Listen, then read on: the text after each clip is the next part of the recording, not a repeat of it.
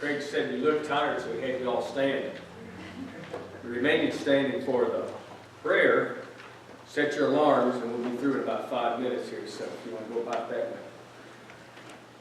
Matthew chapter 8. There's an interesting story here. Ending is different than what you'd expect.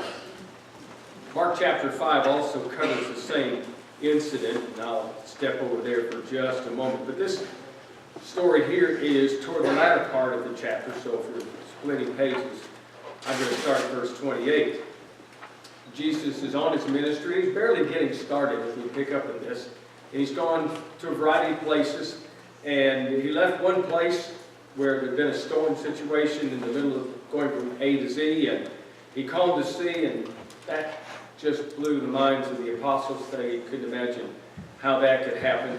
But this is Jesus, and they're just beginning to figure out who he is. And verse 28, so when he came or had come to the other side of the country of the Gerasenes or Gadarenes, depending on your translation, there met him 2 demon-possessed men coming out of the tombs, exceedingly fierce, so that no one could pass that way. Put a pause there. We'll get back to verse 29 in a second. Mark chapter 5 adds just a bit more about some of the things that went on.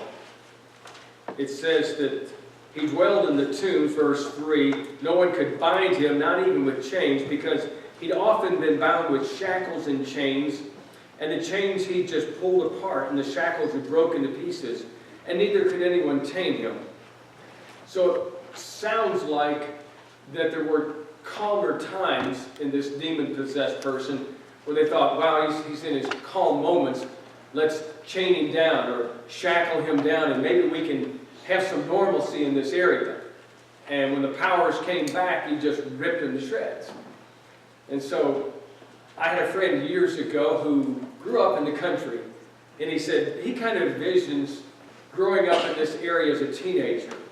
He said, you know how guys are, especially, let's see how close we can get to the guy who's the demon possessed. And he said he envisioned throwing rocks at him and all this, how kids would be, and what would be going on in that area. There will also be times that the people, with all the cries and the shoutings and all going on all night long in the tombs, that kids were afraid to go to sleep. And so it really wasn't a wonderful area to live in. Chances are, if you were buying property, you didn't pay much for your property if you lived in that area.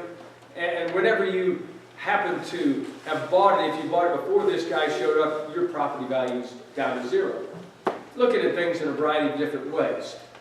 The verse mentions that he had the roads blocked whenever he chose to.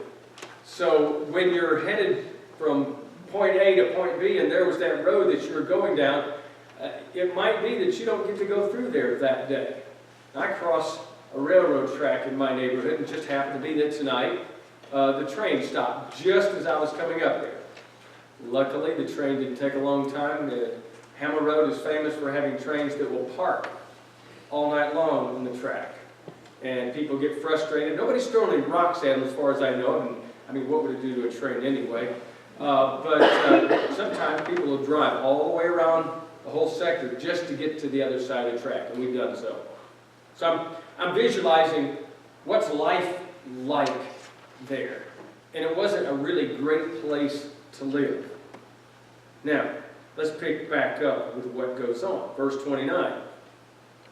And suddenly they, these demon-possessed men, cried out, saying, what have you to do with us, Jesus, Son of God? Have you come here to torment us before the time? They recognize who Jesus is. They didn't have to have been in the boat previously where the apostles were, and they're still trying to figure out Jesus after he calmed the sea. But they see him, and they've seen him in other occasions where he wasn't a man form, and they know who he is. So they have those comments. Verse 30, now a good way off from there was a herd of swine feeding. So the demon-possessed men begged him, saying, if you cast us out, permit us to go into the herd of swine. And he said to them, go. I've read this a bunch of times and I still haven't figured out why Jesus even considered a request from demons. Their choice, I'm guessing, of being what they are, but nonetheless, there seems to be some sort of mercy, at least as he's getting ready to cast them out. So he says, go. And so when they came out, they came into the herd of swine, and suddenly the whole herd of swine ran violently down the steep place into the sea and perished in water. And those who kept them fled. And when they went away into the city, they told the people everything that had been happening, including what had happened to the demon-possessed men. Now behold, the whole city came out to meet Jesus. And when they saw him, they begged him to depart from the region. Now, if you go over to Matthew chapter 5,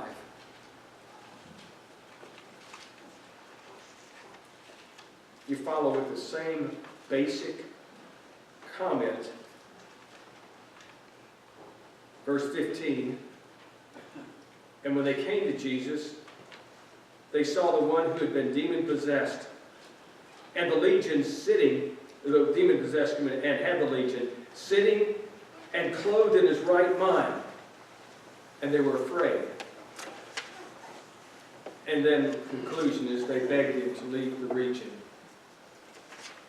Jesus just fixed their problem. The next day, housing prices went back up to normal. People could not worry about passing back and forth, or wouldn't have to worry about it. They could go down the road when they chose. And mothers, when they put their kids, their little ones, to bed at night, wouldn't have to try to loudly rock them to sleep singing songs louder than the demon-possessed man, because everything was tranquil. All of this normalcy they could visualize was happening, and yet the response was, leave.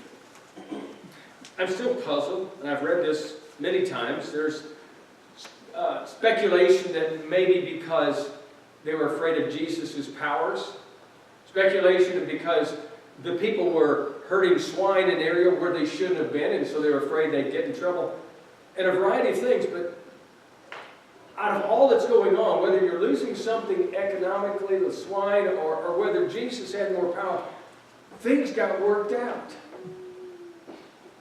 And they were a bit afraid of Jesus, but they didn't want to even consider anything more than, please leave. When we talk with people about Jesus, we sometimes get a variety of different responses. They've not imagined or seen his power like the demon-possessed men or the people in that area have. But nonetheless, they have some little idea about who Jesus is. And sometimes we feel bad because we've done something wrong and they're not accepting Jesus. But even when Jesus was on this earth and was doing great things and miraculous things, sometimes it didn't come across the right way. Something didn't go right in their minds, and they rejected Jesus. Now, that wasn't always the case. There are other times where, when the miracles were performed, that great crowds came, like in the Samaritan group in John chapter 8, chapter 4 rather, or 5, that the people of the city of Samaria came out to see Jesus and begged for him to stay there for a bit more. But as we think about who Jesus is, number one, we don't always get a good reception. But number two, in our hearts, there ought to always be room. Jesus sets things straight. He organizes our life. He straightens out the demons and the struggles and the pains and all of that in such a way that we ought to understand the greatness of his power and the ability he has to take care of us. And that's the Jesus that we follow. That's the one that's worth sacrificing for. That's the one that brings you back on a Wednesday night or a Sunday night or any other time that bids you to devote yourself to in a regular way to following Him. Are you following? Or are you at a distance? This Jesus can untangle any situation. Never faced a situation that He didn't know how to take care of. And He won't with your life. You'll face them, but with Jesus, the situations get worked out. He carries us through. Or in some cases, like the Apostle Paul said when he prayed about some situations in his life, God said, my grace is good enough here. It's sufficient. But He helps you to get through, making it through life. Do you need prayers tonight? Is your life just tangled up and confused and you just need some help? Or are you tangled up with sin and you need to get out? We bid you to think about that, and if you need to come forward to do that or to be baptized, we're here to help. Come on, we stand and sing.